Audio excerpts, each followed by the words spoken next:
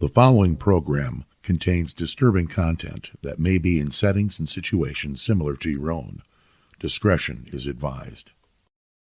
America's heartland, flyover country, shaking dice at the cafe for morning coffee, crop prices and rainfall, a day's work for a day's pay, business conducted on a handshake, where a man is as good as his word, church socials, and town team baseball.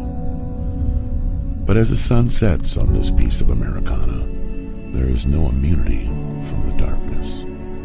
There are things dare not spoken, and thoughts recessed in the corner of a man's mind, masked by the roar of a summer thunderstorm, hidden in the silence of winter snow, yet peering from the darkness in the shadows of the Midwest.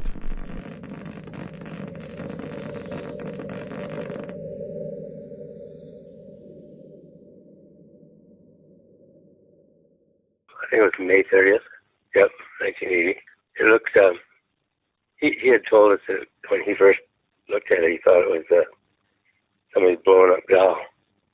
It had been caught up in corn cobs. It was going through underneath this little bridge for a drainage ditch, and that's just kind of what it looked like, only it wasn't. It was a human. On May 30th, 1980, Faribault County farmer Gilbert Sheevey was inspecting the flow of a drainage ditch near his property after a heavy rainfall. While checking County Ditch Number 5, located off a gravel road just north of Interstate 90, he discovered a body floating in the debris. A young woman left naked, her head shaved, fingernails removed, and some sort of drawstring ligature around her neck. There was no clothing found, no purse, no identification. Although the I-90 area had its fair share of criminal activity, some violent, some just plain evil, there was no suspect and no motive. At least not until 1988, when local law enforcement received a phone call from the Smith County Sheriff's Office in Tyler, Texas. Seems a self-confessed child molester was dropped at their doorstep by his pastor. As the child molester and his pastor had time to talk after his incarceration, his memories made him believe he may have had something to do with that dead woman in County Ditch Number 5. In August of 1988, Robert Nelson, self-confessed child molester, former Minnesota State Trooper, was remanded to the Texas Department of Corrections to serve a life sentence on 2 counts of aggravated criminal sexual conduct involving a minor family member. And now, Robert Nelson will have a sort of homecoming as he returns to Minnesota to find accountability for criminal acts committed there. And welcome to Shadows of the Midwest, Season 1, Secrets of County Ditch Number 5, Episode 4, A Sort of Homecoming.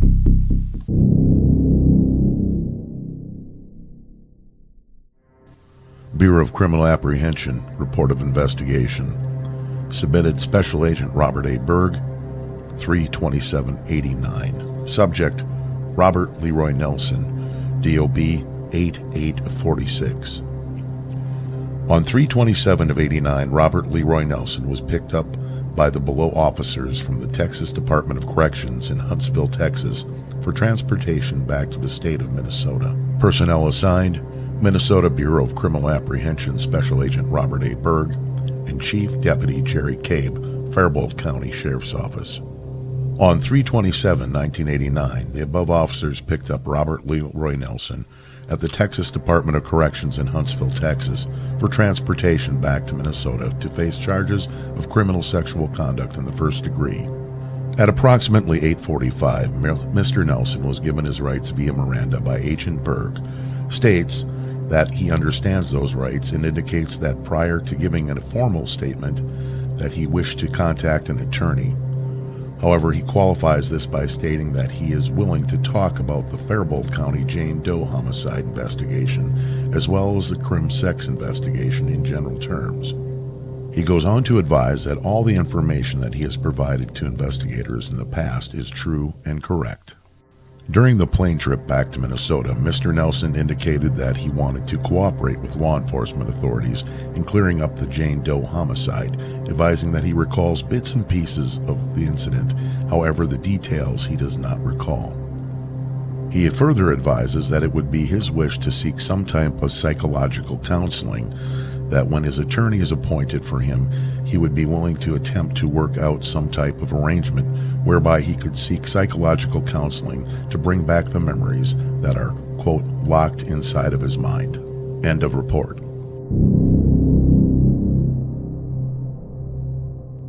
Retired Faribault County Deputy Jerry Wells.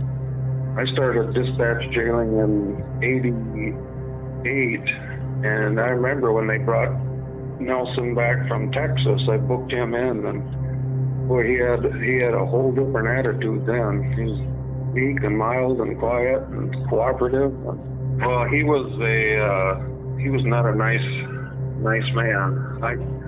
In 1976, I started working part-time for the city of Bloor, and I had occasion to have coffee and stuff with him, and he was just an arrogant. He just wasn't like a normal person. Robert Nelson would spend from basically the end of March of 1989 through August of 1989 in the Faribault County Jail. During that time, details of the criminal sexual conduct accusations and the Jane Doe homicide were worked through and evaluated. During that time, he went through some medical evaluations, and on April 29, 1989, he was given a psychological evaluation by a Dr. Kenneth A. Perkins of Minneapolis. The following is the conclusion of Dr. Perkins' evaluation.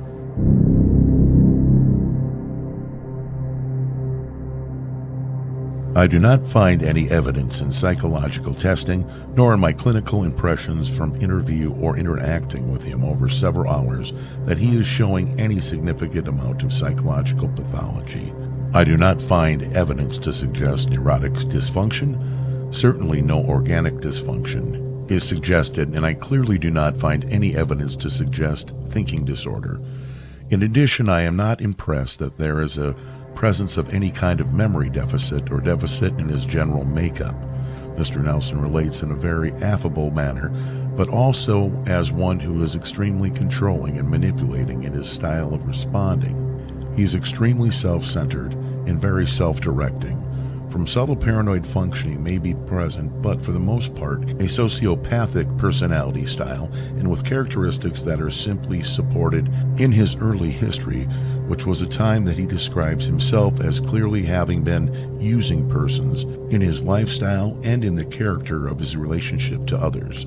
The initial purpose for my involvement in Mr. Nelson's case was to potentially assist in investigation of vague admissions that Mr. Nelson has been making sometime about his possibly having been involved in a number of criminal activities, especially homicides, both in Minnesota as well as elsewhere, and that my assistance was sought to assess the veracity of these admissions as well as to assess the likelihood he may have in fact carried out one or more of these criminal activities. It is my impression from all that I know and have experienced about Mr. Nelson that he is a very intellectually bright and talented man for manipulating others through his verbalizations, that he continues to, through numerous interviews, to hedge and to qualify that these are impressions or emotional experiences that he has, but he continues not to present them as memories, nor as things that he can admit to being certain of in any realistic manner. Thus, I basically find Mr. Nelson to not be credible insofar as any of the admissions he makes, and the only conclusion I can come to is that his statements are self-serving in some manner and not believable. I hope, Mr. Johnson, that this information is helpful to your understanding concerning Robert. If you have any questions, please do not hesitate to contact me. Yours sincerely, Kenneth A. Perkins, Ph.D., licensed consulting psychologist. On May 24th of 1989, Robert Nelson was put under hypnosis by a deputy in a neighboring county. I brought the transcripts to that session to a certified hypnotherapist to get his opinion on it, and he felt that the questions were rather leading. In actuality, going through the entire dictation, there was no new revelations provided by the hypnosis session. And on a sidebar to the hypnosis session, the deputy that conducted the hypnosis session later became Watonwan County Sheriff. In September of 2017, at 83, he was questioned by Blue Earth County investigators at his residence in Medelia about the sexual assault of 2 girls. Later that afternoon, the former sheriff took his own life.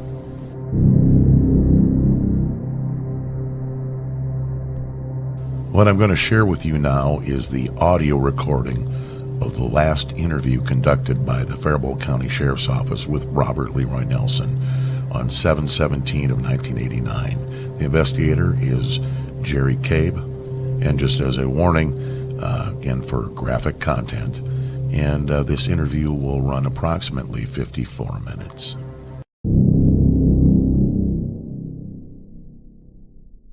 Of July 17th, 1989, and it's approximately 11:17 hours, and we're in the city of Blue Earth in my office at the Sheriff's Office, and I'm in the company of Robert Nelson, and I'm Jerry Cabe, Deputy Sheriff, and we're just in the process of conducting an interview. And first of all, Bob, I'd like to inform you of your rights, your Miranda warning. You've had that read to you several times throughout this investigation, is that correct? Yes, sir. And you have an attorney, it's Kel Johnson? Yes. And he has told me before that if we'd like to talk about this, or if you'd like to help us in this investigation with the murder of Jane Doe, this would be all right with him. Has he told you the same thing? Yes. And do you have any desire to talk to an attorney or call him or be more informed of your rights? No. You feel comfortable with this? Yes. I'm ready to proceed. Okay, Bob. Probably just as in a summary form, you can just kind of tell me what happened in the last part of May 1980. As you're aware, we're talking about a girl known as Jane Doe that was found in a dredge ditch east of Blue Earth, Minnesota. We've talked about this before, and maybe just as a summary form, you can just start out with what you remember and just kind of go through it, and I'll maybe ask a couple of questions throughout the thing. Why don't you just go ahead then, Bob? Okay, the incident occurred, I believe it was a Sunday night. The 5/24 of 80 was the night that I had an accident with Frankie Drake. I took the following day off, which was a Saturday, and I worked the Sunday night. I worked, I believe, 3 to midnight. Because my car was wrecked, I borrowed a car. I think it was Bob Shane's car that I borrowed. But because I was still stiff and sore and hurting from the results of the Drake accident, those couple of days, the Sunday and the Monday that I worked before I took off on vacation, I didn't do very much. I just drove around here and there and parked along the side of the road and spent some time at the sheriff's office and basically just kind of put in some time, didn't do very much patrolling. That Sunday night, I was out east of Blue Earth and parked up on the north side of the Bryceland Exchange on I-90. I was parked off the freeway on the road that goes off to the north, and I was maybe a block away from the freeway interchange where I could kind of watch traffic, but I wasn't. You wouldn't notice the police car there. Do you recall the intersecting road there, north of Bryceland? No, I recall that to the north it's gravel and to the south it's pavement. Okay. And that's, I don't remember the road number. If it's the Braceland Road, it'd be, what, 263? Does that sound right? 253? I don't even remember anymore, Jack. Sure, 53. But it's gravel to the north and pavement to the Braceland Exchange. Sure. Or the Braceland turnoff. Anyway, it's probably about 9:30 at night. All I know is that it's like 9:30 at night or so. It's completely dark, and it's before, like the 11 o'clock coffee break time. So that's about approximately 9:30 is what I'm thinking. And I saw a van. I remember it to be dark colored. I think it was blue, and it would have been in the middle 70s Ford van.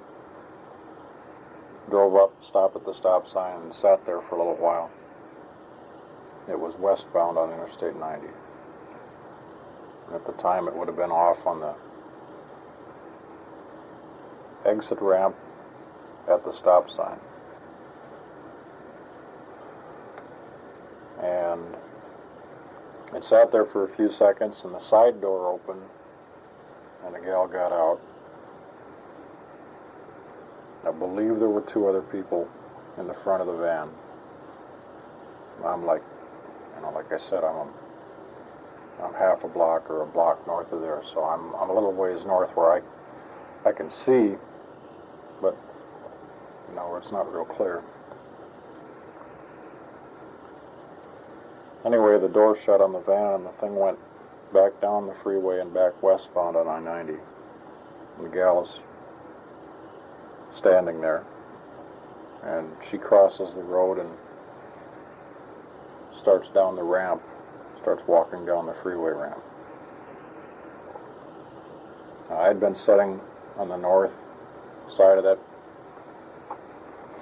interchange, and sitting with all the lights off and just the radios on so I could hear any calls. And I started the car up. This is maybe 3 or 4 minutes later, and drove up to where she was walking down the freeway, down the ramp towards the freeway. And I stopped sort of alongside of her and got out. She would have been on the right-hand side of the car, and I was on the left-hand side. She was up by the front fender, front corner. And I asked her for some identification, and she produced some kind of identification. I just remember it being a plastic identification card.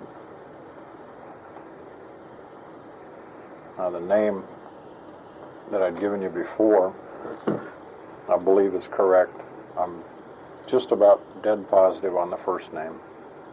That's probably the only name I would have remembered to talk to her, to carry on a conversation. But can you tell me the name again, Bob? It was either Catherine or Kathleen, as I remember it. Or either that or something very, very similar to it, but that's the name that pops in my mind. The other names that I gave you for a middle name was Marie, and the last name was Jurgensen or Jorgensen. I looked at this identification one time for a little while, maybe 9 years ago. The first name I'm just about positive of, and the other names, are the names that I don't know where I picked them out of my memory, but I'm pretty sure on that first name, and relatively sure of the other 2 names. Did she have any noticeable brogue to her, like from the east or south, or? From what I remember of talking to her,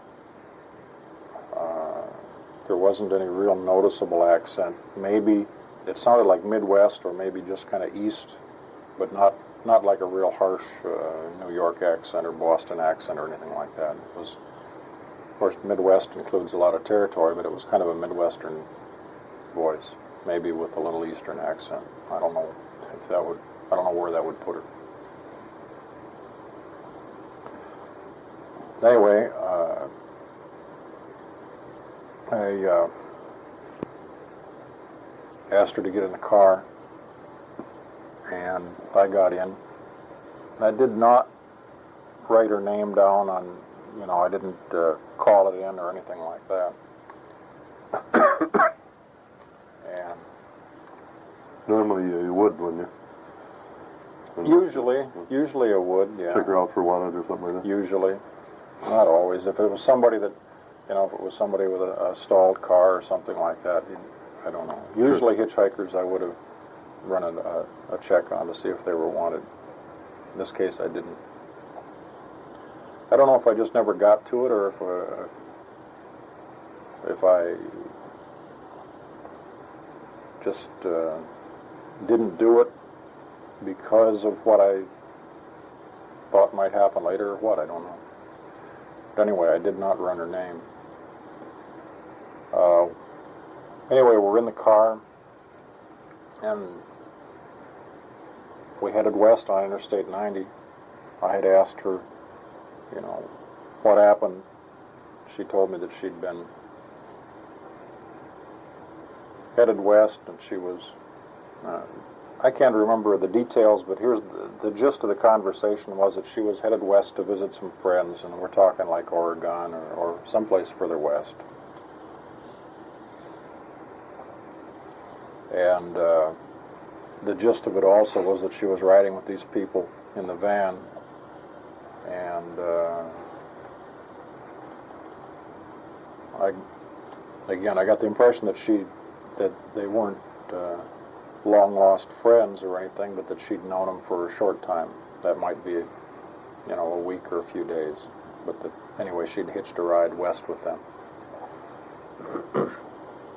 I also got the impression that they'd had an argument in the van, and that she'd been asked to cooperate with them sexually somehow, and had either refused or got tired of it or whatever, and that's what caused her to get kicked out. As we headed west on Interstate 90 towards Blue Earth,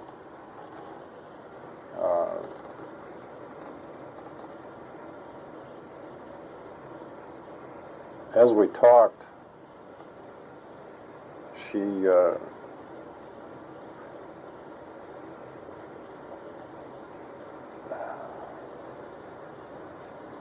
the way that she talked was sort of leading, and by that I mean that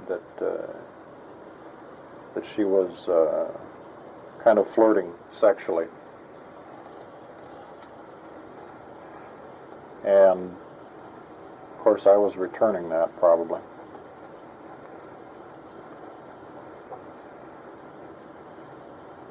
And we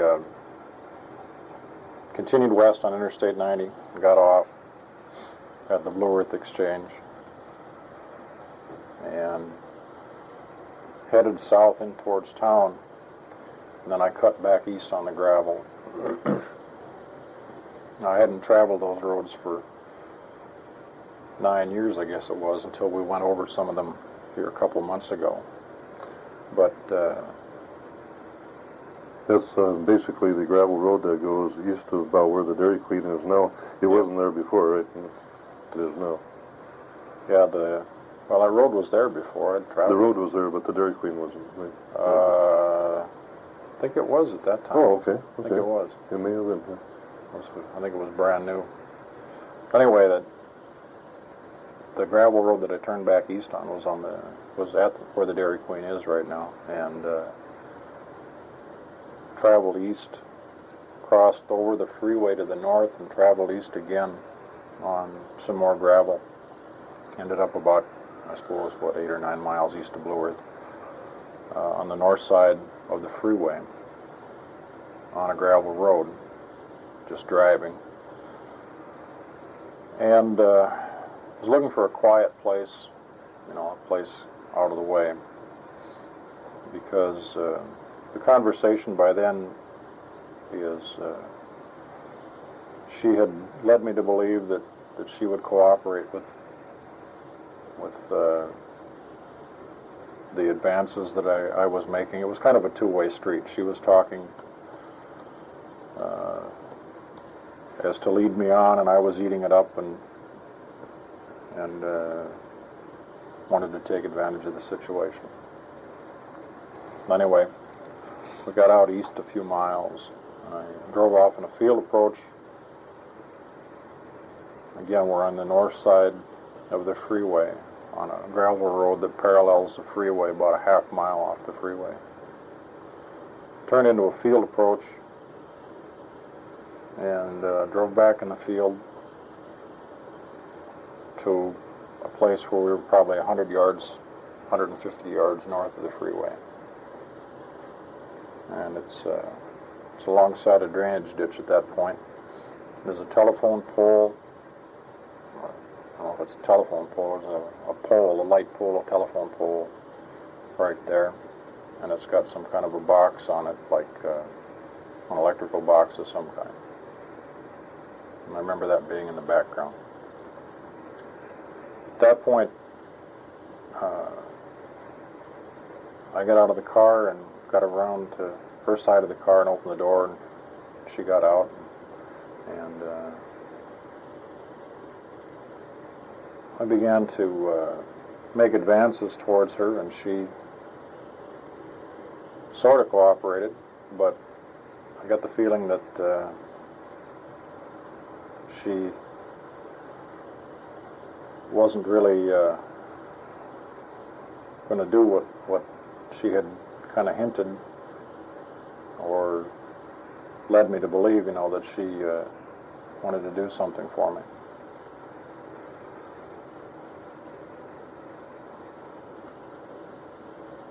At that point,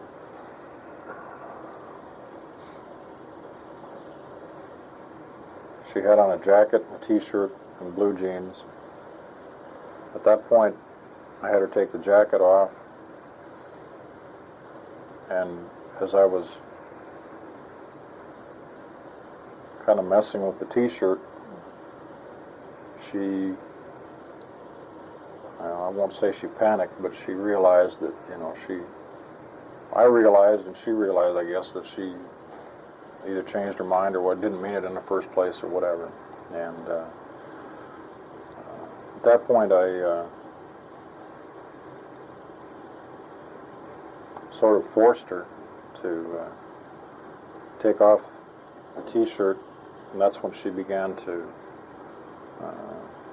indicate that she wasn't going to go through with any sexual advances. At that point, and at that time then, I handcuffed her with her hands behind her back and caused her to perform oral sex on me.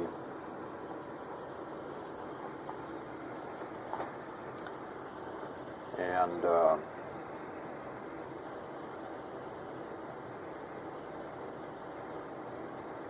by this time, she's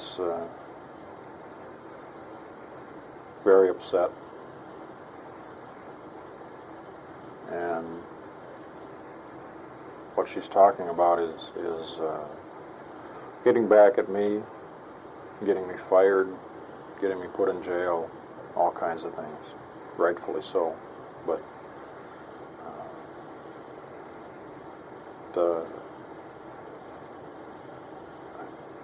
I don't like to use it as an excuse, but the anger and the frustration and a whole lot of stuff that was buried deep inside of me that I didn't even know was there was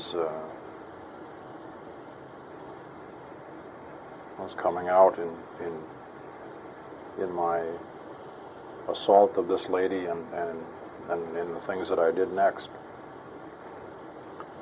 And she, again, like I said, she was screaming and carrying on that she was going to see me fired and in jail and in prison and all kinds of things. And instead of just kind of a sexual interlude that maybe would have been forgotten and passed off if I hadn't forced her to do anything. Now I was looking at some serious problems. You know, this all goes through your mind in a second or two, or not even that, maybe. But now I had not only done something that was wrong in as far as the policy and everything else, and wrong in the eyes of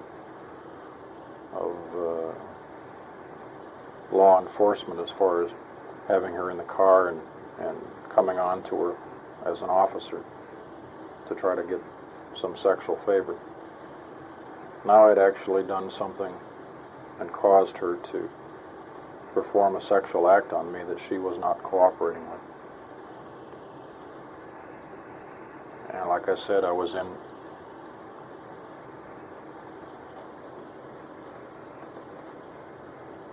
in very deep, way over my head for what I had done at this time.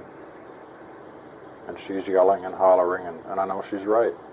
You know, she's going to see me in prison and have my job and all kinds of things. And I know she's absolutely right. And to try to shut her up, and to try to scare her into somehow believing that she should be afraid of me and so on. I found a pliers. I think it was in the trunk of the car. Again, this is a borrowed car, but everybody's got a toolbox with, you know, pliers and a screwdriver and some tools in it. I found a pliers, and I threatened to pull out her fingernails if she didn't shut up. And that only led to more abuse and screaming and carrying on. And like I said, something inside me,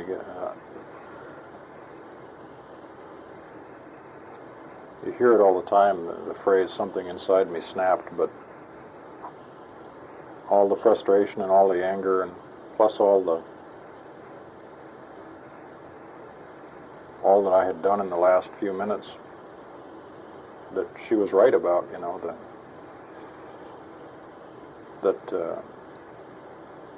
what I did is yanked out, I believe, 2 or 3 fingernails to show her I meant business.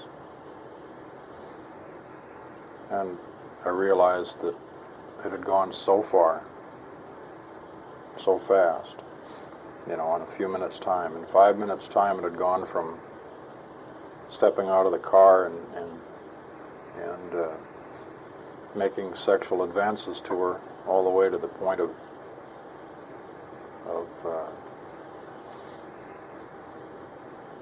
these threats and actually pulling out a fingernail. And that all happened in a few minutes' time. And I was in so deep and so far, and the anger and the hurt and all the fear that was inside of me that she was going to do exactly what she said, and she's right. She would have been right in everything she said.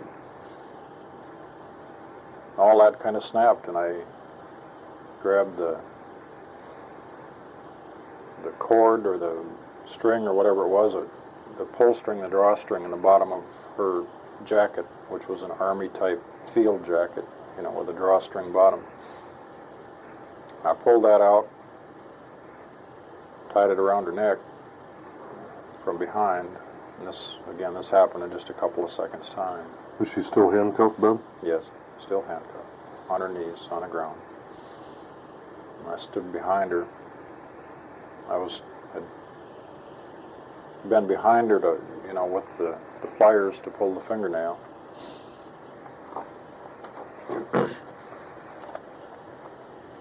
Because her hands were handcuffed behind her. And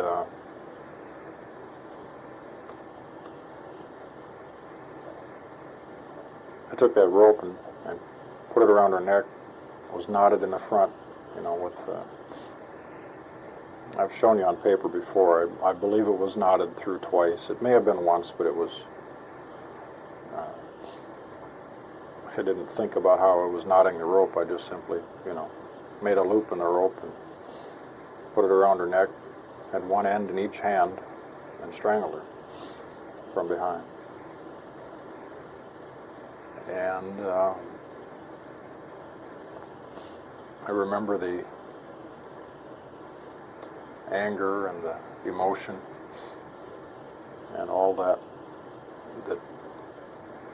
man, it like built up in almost like out of nowhere in just a minute or two. It was crazy.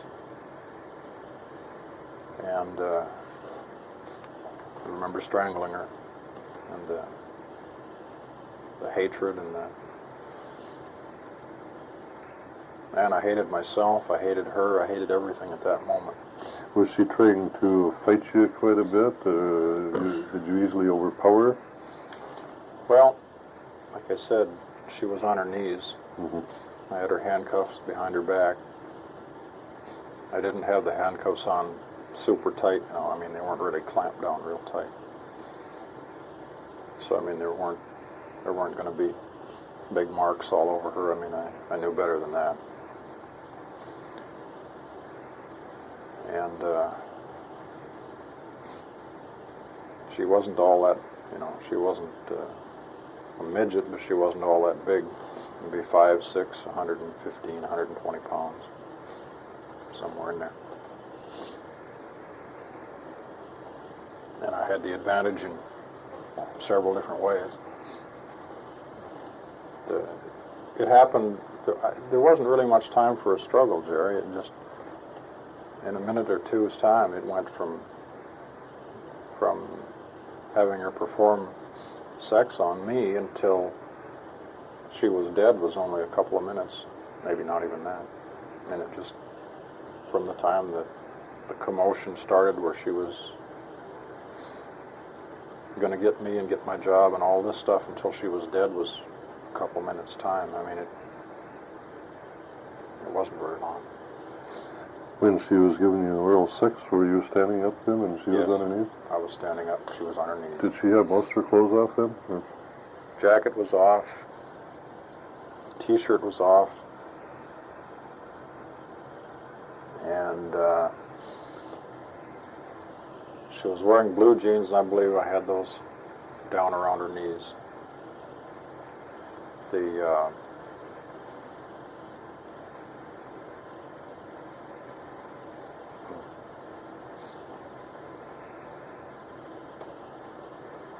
Then at that point, of course, now she's dead, and I took the handcuffs off and pulled the rest of her clothes off, which would have been just, you know, the blue jeans. And was she wearing underpants? As I remember, she was not wearing a brassiere. She was not wearing any underwear. And I don't think she was wearing any shoes.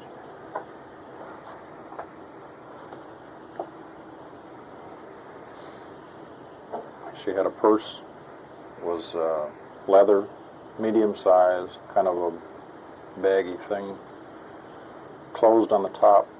It was dark brown or black.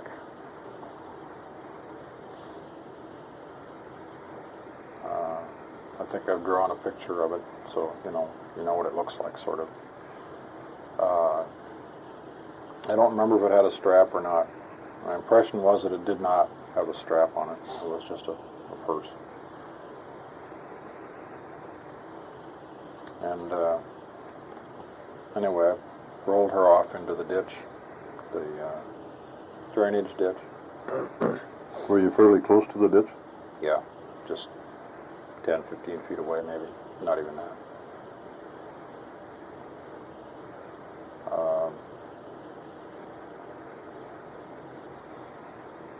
Remember, there was water in the ditch, but it wasn't that much. But I mean, that wasn't we were about 100 yards from the freeway, and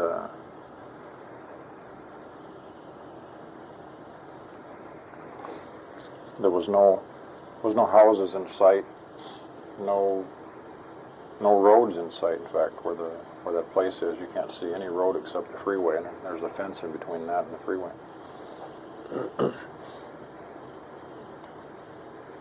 And I picked up her clothes and put them in a pile, and I did not leave the clothes there or the purse.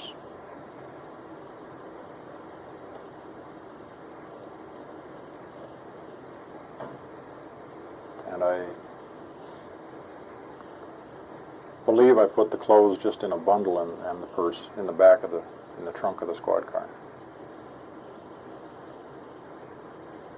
I remember I'm pretty sure I remember putting the clothes in a white plastic garbage bag. In other words, I did not throw them in a dumpster or in a wayside rest or anything like that. I remember the trunk of the squad car being open and putting them in a white plastic garbage bag, and that might have been later after I got home that night. Because first of all, it's a borrowed car. Secondly, I didn't want that stuff left in the car, and so I remember putting the clothes in a white plastic garbage bag, and I don't believe I put the purse in the same bag. The clothes I ended up eventually hauling out I believe they went out to the dumps, to the landfill.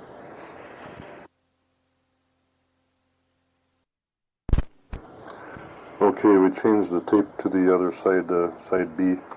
Go ahead, Ben.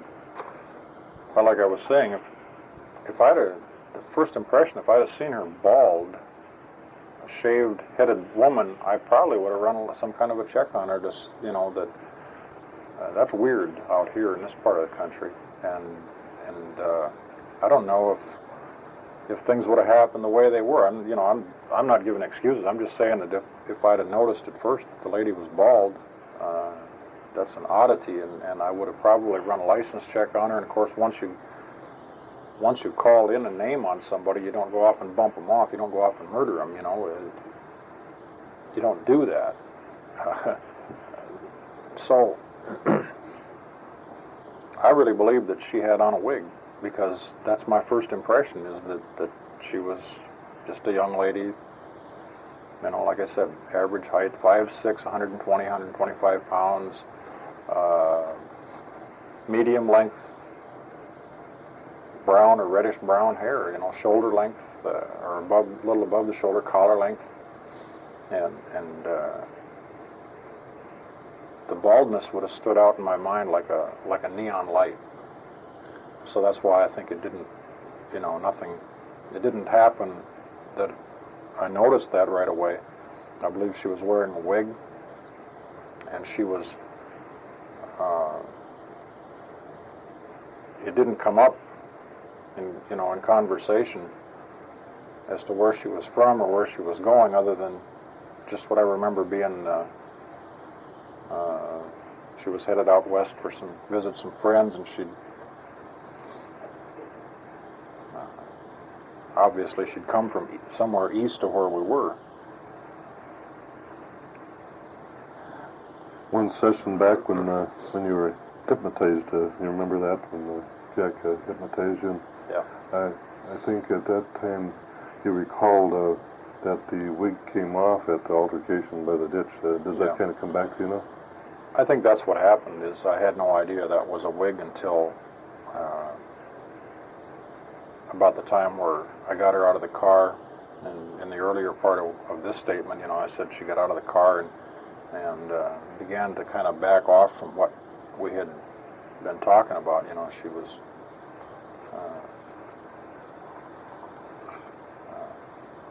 backing out, sort of, from what I thought might be going to happen.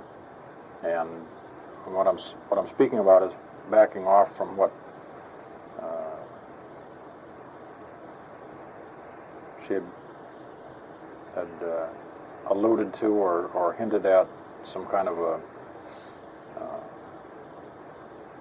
sexual reward or whatever you want to use. Anyway, when I'd had her take her jacket off, that wasn't a problem yet, but I think when she finally started to kind of put up a struggle that she wasn't going to go through with this really happening, that's when I pulled her T-shirt off, and I think that's when her, when her wig would have popped off. Either that or right after that. And, her wig would have ended up on the ground or someplace. Do you remember loading up the wig with the rest of her clothes and putting it in the trunk? Yeah, I put that in with the clothes. I picked it up. And that was discarded with the rest of the clothes and the jacket and those type of things, other than the purse. Yeah.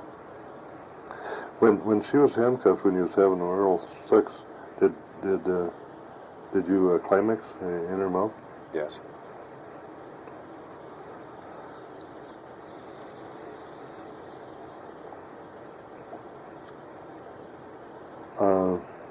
When she was still in the car, before she got out at the ditch there, were you two just kind of exchanging kisses back and forth, or were you touching her, or was she touching you, or was she leading you on to any extent?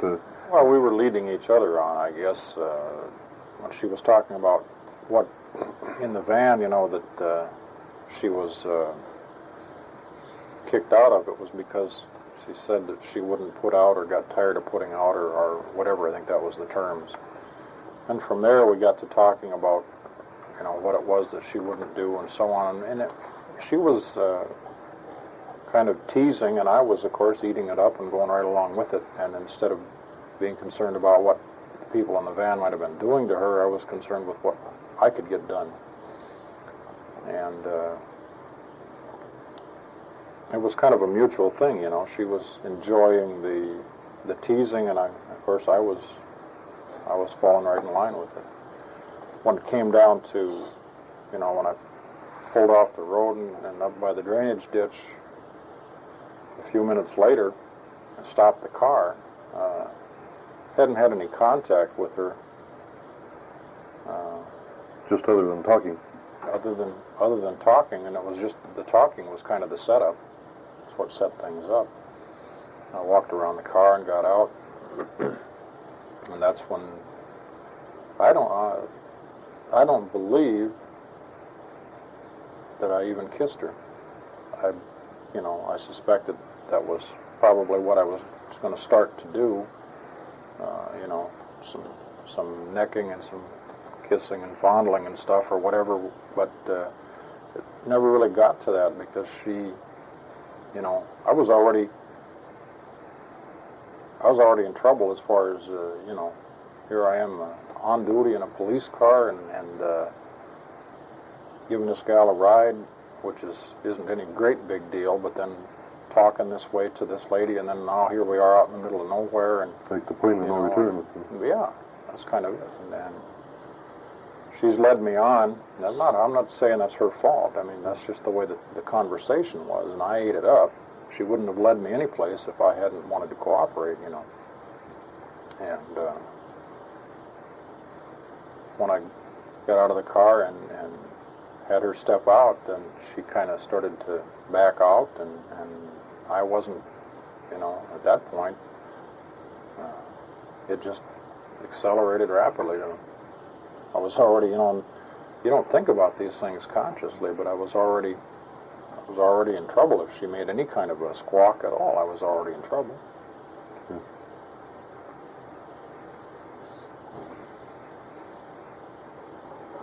Was she an average nice-looking girl as far as you remember? And like you say, she was kind of at 5'6", she may have been close, like you say, to a medium build.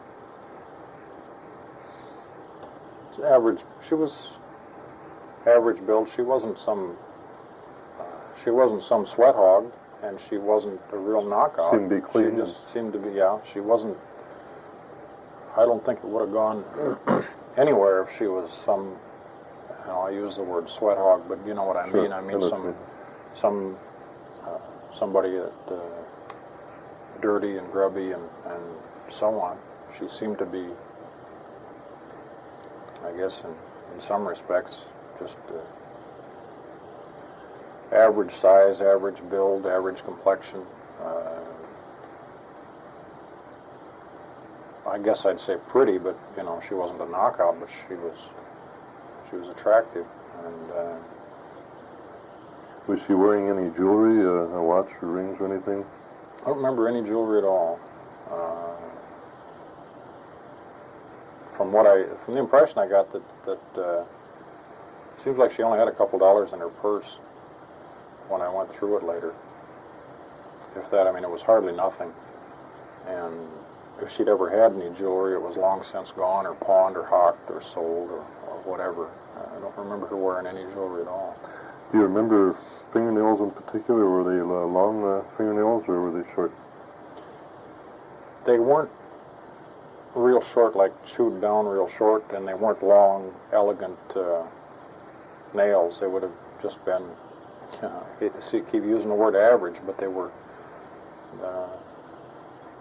a woman's fingernails, but not the long, not from somebody that had never done any work with their long fingernails with polish and stuff on them. Do you remember if they were polished or just plain? I don't believe they were. I think they were just plain. Now, after this happened, Bob, she was strangled and killed and thrown into the ditch. I believe we went by the place. You directed us to the place, the location where this pole is. We just kind of went to the back part of the area east of Blue Earth and the gravel and etc. And you kind of directed us to this place.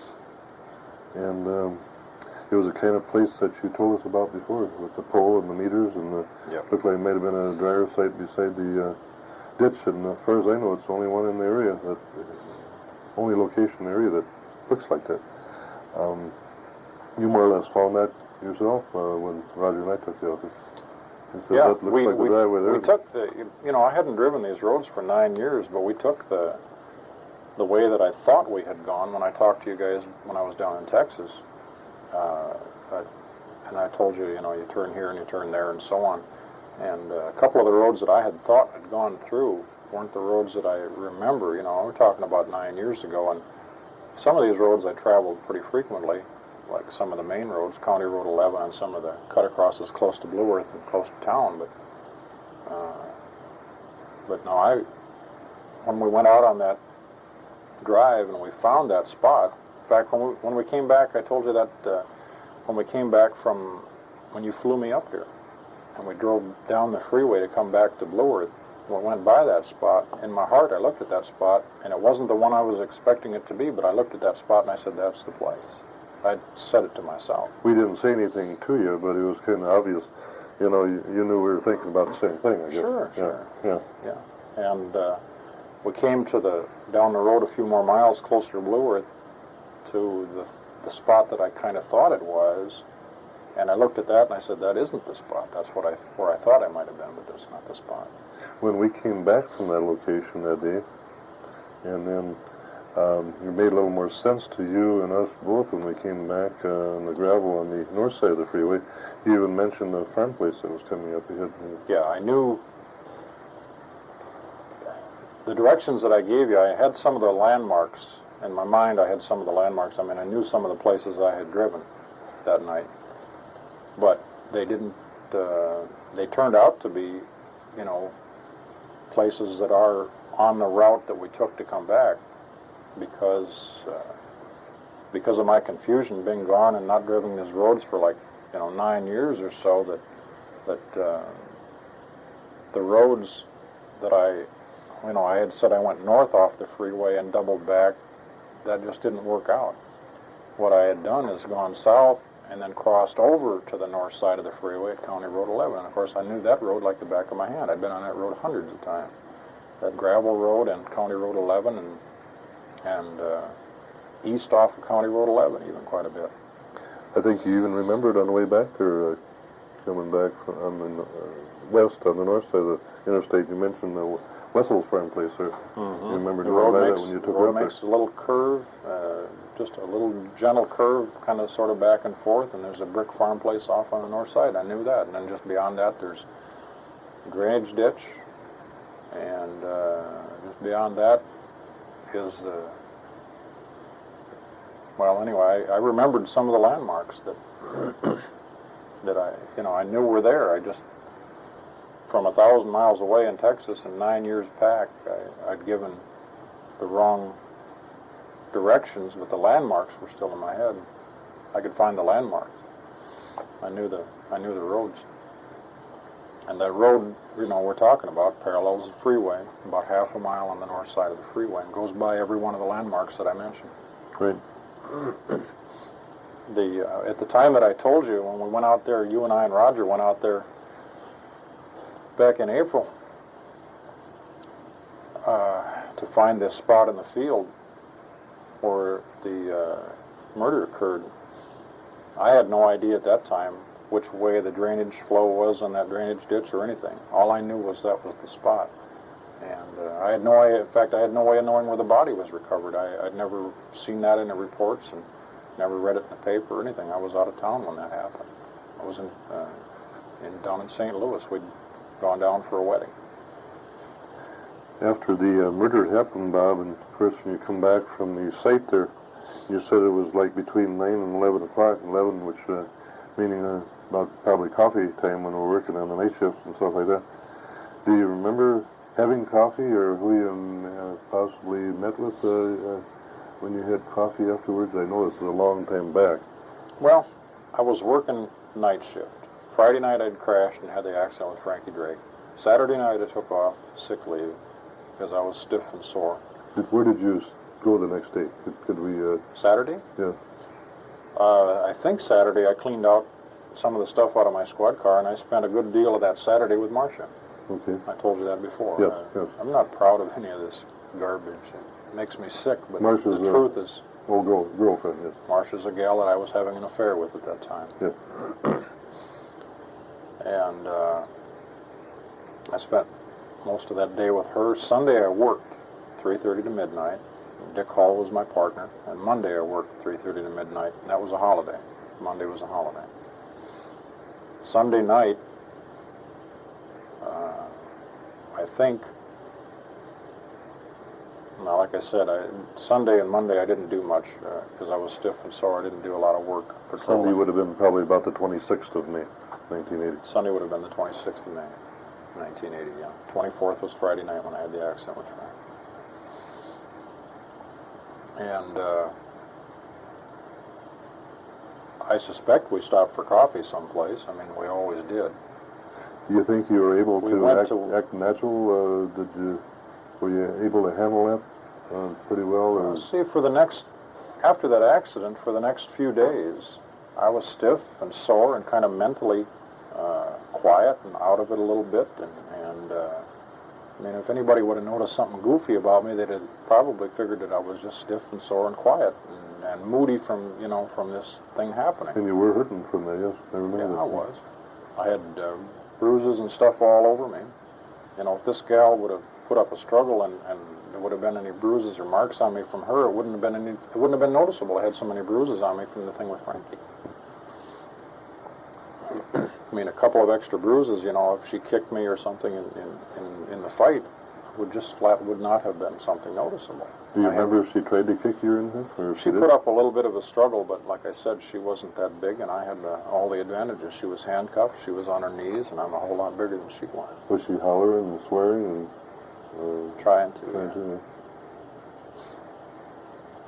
Was there any blood from her fingers? Did that get on you or anything? Was there some blood? Yeah, from pulling out the, fingernails. From pulling out the fingernails, that there's going to be some blood. Her hands are behind her back, and first of all, it probably would not have gotten on me. I mean, it would have been just blood that was oozing and not squirting out, And secondly, if I'd have gotten a couple of splotches of blood on me, you'd have never noticed it on the trousers, on the maroon uniform. On the maroon, yeah. A lot of times I'd have blood all over me and never see it. Is there anything else that you can think of, Bob, that we possibly missed here that you could add to it? Not at this time. I'd be more than happy to give you any details or anything else that comes up, but just that this whole thing is just a progression of going from something stupid to all this, you know, the sudden realization that not only am I in trouble, I'm talking about before I forced her to do anything, I'm already in trouble with, you know, just having her in the car and that kind of stuff. And it went in 3-4 minutes from just having a moderate problem of having her in the car all the way to the point where I had forced her to perform a sexual act. I had hurt her in many ways, you know, emotionally and everything else, and then all this anger and rage and hatred and everything else that, man, like I said, Jerry, at that time the emotions so powerful that I remember is, man, I hated myself, I hated her, I hated everything. I hated what I was doing with Marcia, but I didn't want to give it up. You know, I just hated what I was doing. I had a wife and kids and a job and a career, and there's probably a million things that went through my mind at once. And all of it is just, you know, selfishness and hate. And I didn't realize how much hatred and how much hurt there was inside. No, you're probably kind of like us. You'd just like to get it over with and get this to rest, right?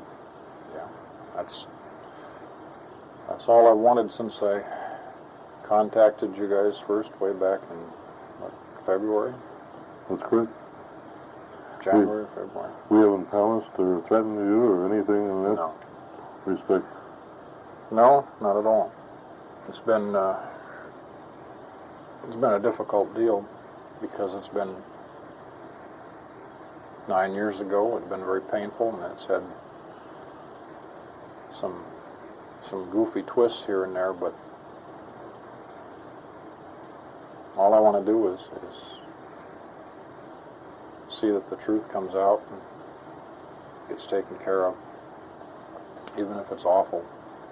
It's better than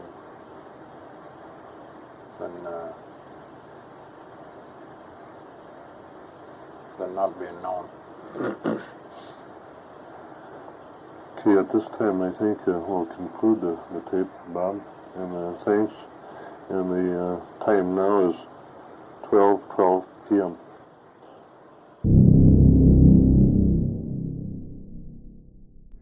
State of Minnesota, County of Faribault, 5th Judicial District, State of Minnesota Plaintiff versus Robert Leroy Nelson, Defendant. Sentence. You, Robert Leroy Nelson, have pled guilty to the crimes of criminal sexual conduct in the first degree in violation of Minnesota Statute 609.342, subsection 1, and manslaughter in the first degree in violation of Minnesota Statute 609.20, subsection 1. Said statute providing for maximum penalty for criminal sexual conduct of not more than 20 years, a $35,000 fine, or both, and for manslaughter in the first degree 15 years, a fine of $30,000 or both. Now stand convicted of said crimes upon your plea of guilty, and being represented by competent counsel and being now called for sentence. It is ordered and adjudged by the court, and the judgment and sentence of the court is that as punishment for said crimes for which you stand convicted, that you be committed to the Commissioner of Corrections of the State of Minnesota for a period of 108 months and 86 months respectively, said sentence to be served consecutively, however concurrently with the sentence now being served in the state of Texas. Dated 25th day of August, 1989. Judge J.W. Schindler, Judge of District Court. Coming up on Shadows of the Midwest, Secrets of County Ditch Number 5. Who is Jane Doe? And is the right man in prison? Thank you for listening to Shadows of the Midwest. And please remember to leave a like or review on your favorite podcast platform. Also visit our YouTube page along with our Facebook page for additional in-depth information and updates. Additional music was provided by Matt Webb and the Hutchinson Effect. Shadows of the Midwest was written and produced by Joe Kistner and a production of Just Past Nowhere Productions, LLC, 2023.